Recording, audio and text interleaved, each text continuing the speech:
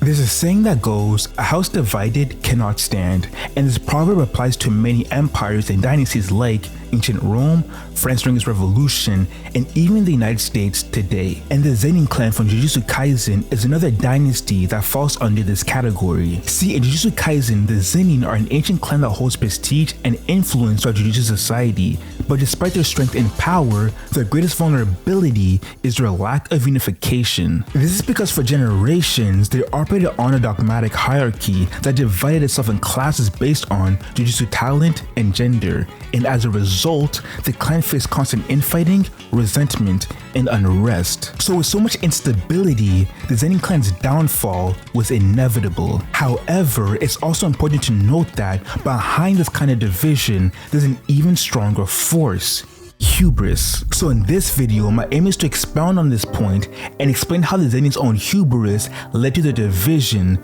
and ultimate demise. As part of the Big Three, the Zenin name is enveloped with status and authority amongst Jujutsu society, and like I previously stated, they maintain this prestige off of their hierarchical class system. But what makes this class system peculiar is how different its members live based on their class, as those at the top live luxurious hedonistic lifestyles, and those at the bottom live lives of constant humiliation and abuse. So with such a disparate toxic culture, you have to think, what kind of leader would it produce? Which is where our first problem lies. See, the Zenin clan has three prominent figures: Naobito, Ogi, and a mysterious third. All three are brothers and sons of the 23rd Zenin head, and following the 23rd's death, the mysterious third brother succeeded him, becoming the 25th head. But when he died, his succession was so problematic, it led to the tensions we see now with the Zenin clan. This is because typically, the clan's head is supposed to be succeeded by his sons. However, the 25th firstborn was Jinichi, a brainless idiot who no one believed had the capacity to lead, and his secondborn was Toji, who couldn't succeed since he was seen as a disgrace for his heavenly restriction. So next in line was Ogi, but because his daughters Maki and Mai lacked Jujutsu talent and were a woman, his candidacy was rejected. So ultimately, because of all these petty conditions, the 26th head ended up being Naobito. Now I say all this to show you how superficial and status driven the Zenin are, because the way in which Naobito was selected was completely based on a discriminatory and shallow criteria. Thus, when your house is built on such conventions, what'll stem from it is great instability, because now since Ogi was rejected, he resents his daughters for it, which in turn results in his daughters being mistreated by the clan. And since Ogi feels slighted for not becoming the figurehead, there are probably others who feel the same way and don't approve of Naobito. And speaking of Naobito, he's a terrible leader. He's a drunk, misogynistic, an abuser, and a polygamist who recklessly bears countless children. And with so many rampant children, it sets the stage for another destabilizing succession war. So although he possesses the toxic values from his clan's traditions, those same values don't make for an effective leader. Therefore, at their core, the Zenin's values aren't viable in governing a secure dynasty, because from the succession war alone, it created so much instability, hatred, resentment, self-interest, and potential backstabbers within the family. So given this dysfunction, it only makes sense that the Zenin's own values would lead to their eventual downfall. Now that we got that taken care of, let's move on to a concept that I believe speaks volumes to the Zenin's hubris and worldview: heavenly restriction. Heavenly restriction is a binding vow that leaves its inheritor zero cursed energy, but in exchange gives them unparalleled physical prowess. But the word heavenly restriction itself is so important. For starters, just by looking at it, we get the idea that whoever gets it is a victim of some divine punishment, because from heavenly restriction, we gather that the heavens have restricted you from something, that thing being cursed energy. So with such a word, we can see how the Zenin can weaponize it to condemn people like Maki and Toji, and also can be justified as this mistreatment can be claimed as an ordainment by the heavens, aka gods. But contrarily, this worldview also reveals to us how those without heavenly restriction and instead are blessed with cursed techniques are seen by the Zenin. Because if those who inherit heavenly restriction are damned by the gods, then those with revered Jujutsu techniques are seen as blessed by the gods. Therefore, with just a couple of words, we can see how the power behind them create worldviews that justify the abuse of people like Maki and Toji, but at the same time, exalt privileged brats like Naoya. But this worldview also reveals to us the Zenin's greatest weakness: hubris. Hubris is the greatest indicator of a dynasty's downfall, because if you believe you're a god, or the closest thing to it, you believe you're untouchable, and as a result, you overestimate your capabilities and underestimate others you assume are below you. And a perfect example of this underestimation is Toji Fushiguro. See, Toji should have been the Zenin clan's wake-up call, because despite his lack of cursed energy, his physical prowess alone made him formidable. In addition, he survived years of disciplinary training that was meant to kill him, but instead of dying, his combat ability and combat experience were greatly enhanced. And since he was the former head's son, he had extensive knowledge of his clan. Therefore, Toji was more than capable of completely annihilating the Zenin.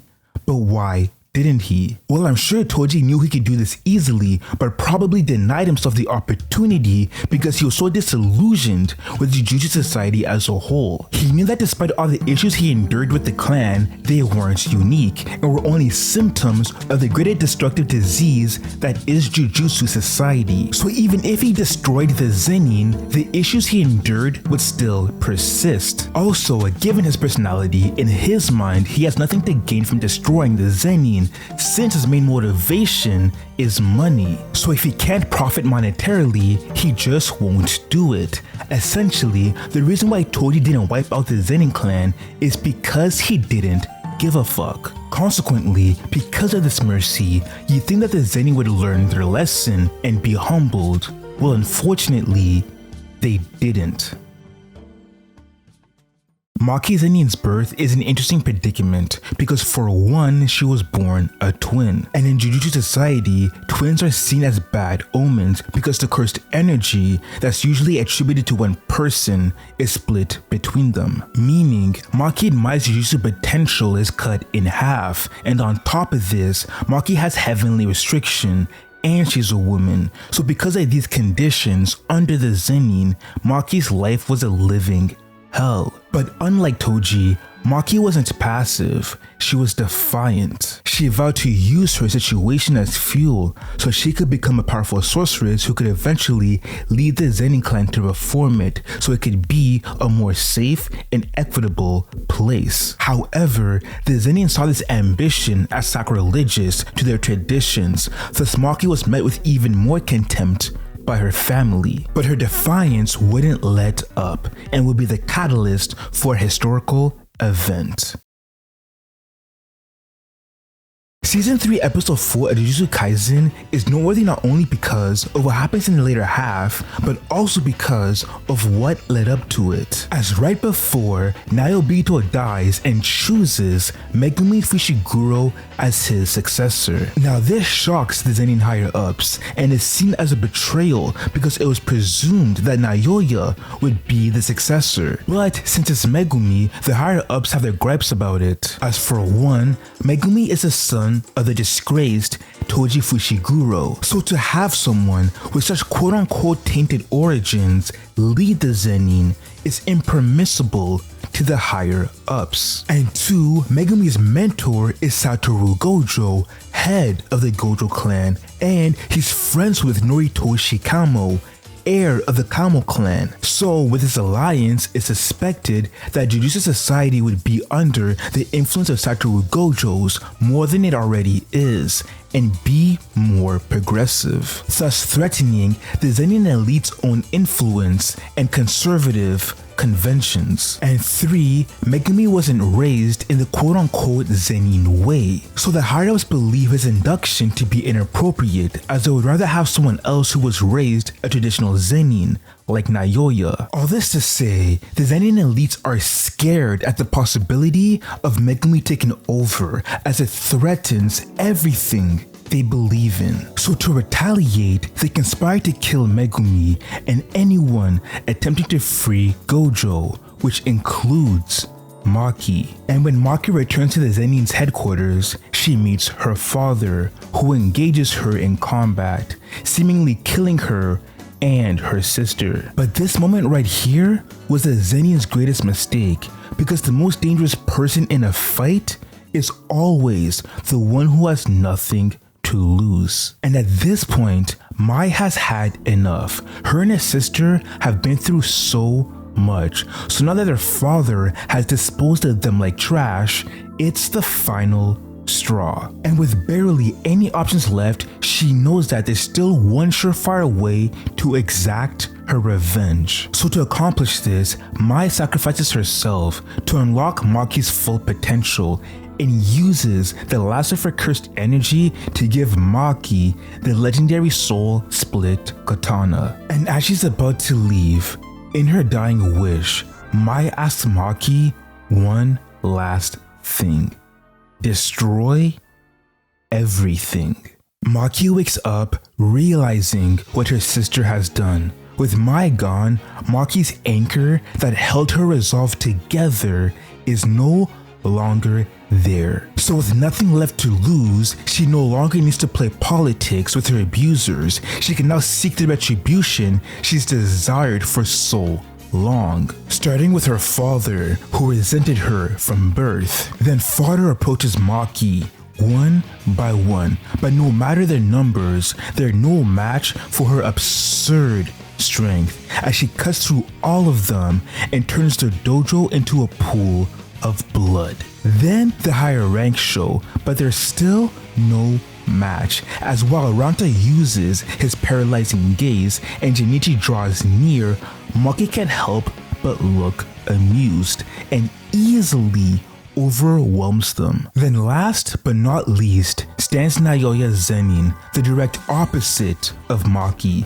and as these two face, their battle not only determines the fate of their clan, but represent two different upbringings, as Naoya was a spoiled brat given everything, and Maki was the black sheep who was given nothing. And as their fight ensues, it is contentious, but like a typical Zenin, Naoya gets overzealous, which Maki uses to her advantage. Because as Naoya believes he's getting the upper hand, Maki is playing into his hubris to make him think so and patiently waits for an opportunity. And when it comes, Maki viciously delivers a fatal blow to his skull, completely obliterating him. And just like that, the once almighty Zenin clan has fallen.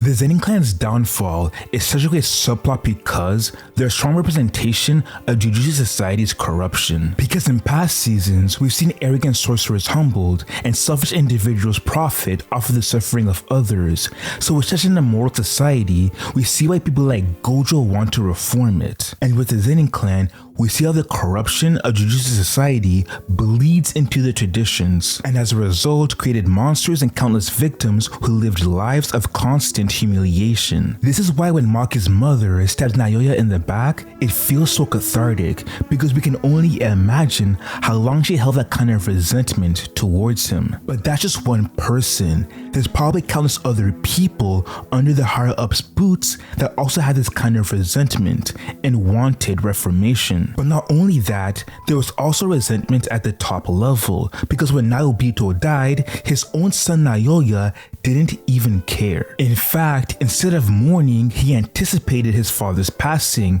just so he could succeed him, which shows you how contentious their relationship was. All this to say, in the Zenin clan, there was so much resentment from the bottom and top. So even without Maki, I believe that this clan would have collapsed regardless. It was only a matter of time. So if only the Zenin were more unified, honorable, and compassionate, then maybe their dynasty would have been more prosperous. Therefore, the Zenin clan teaches us how it takes multiple generations to build a dynasty, but with Hubris, it can all be taken down in just an instant.